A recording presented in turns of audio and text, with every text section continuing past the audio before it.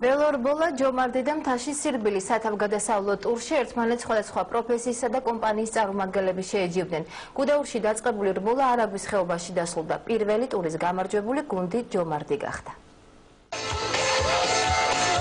გუდაურის ზაფხულის თასის მოსაპოვებლად პირველები საასპარეზოდ მორბენალები გამოჩნდნენ.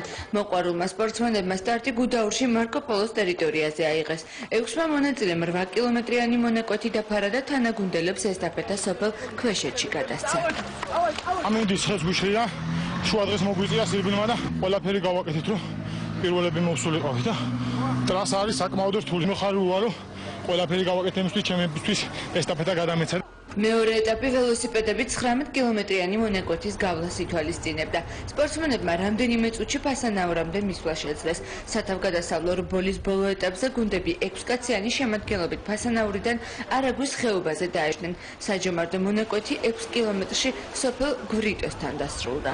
ისეთი შემართებით წამოვედით, რომ დარწმუნებულები ვართ, რომ გავიმარჯვებთ და პირველი ადგილი შეიძლება ვერ ავიღოთ, მაგრამ აუცილებლად გავალთ ფინალში. 1 2 3 My baby don't mess around because she loves me so and I know for sure.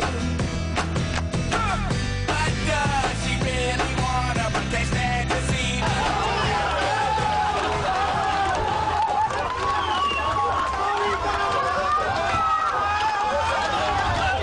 მონაწილე 6 გუნდიდან გამარჯვებული გახდა გუნდი ჯომარდი. მსგავსი ჩემპიონატი წელს პირველად გუდაურის განვითარების ფონდისა და თბილისის მერიის ინიციატივით გაიმართა.